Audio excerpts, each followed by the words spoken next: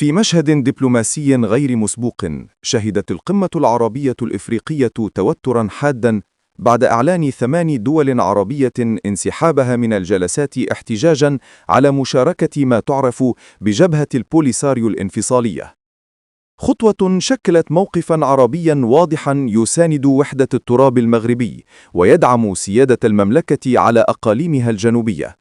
الوفود المنسحبة عبرت عن رفضها القاطع لمحاولة فرض كيان غير معترف به داخل أروقة العمل العربي الإفريقي،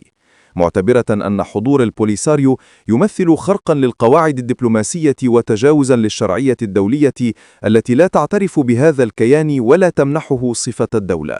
هذا الموقف العربي الموحد عزز من موقع المغرب الإقليمي والدبلوماسي، وأكد أن القضية الوطنية المغربية لم تعد شأناً داخلياً فحسب، بل أصبحت قضية مبدئية ترتبط بوحدة الشعوب العربية ورفض أي تقسيم أو تفتيت للأراضي الوطنية تحت شعارات زائفة.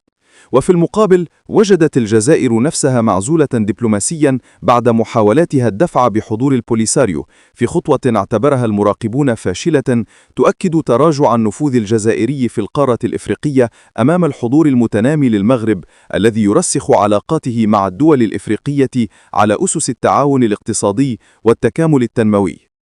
الانسحاب العربي الجماعي حمل رسالة واضحة مفادها أن مشروع تقرير المصير الذي ترفعه الجبهة الانفصالية لم يعد يجد صدى أو دعما على الساحة الدولية، بل يمكن القول أن هذا الشعار ولد ميتا بعدما أثبتت التجربة أن الواقع السياسي والاقتصادي والاجتماعي في الصحراء المغربية يسير نحو المزيد من الاندماج والاستقرار تحت السيادة المغربية.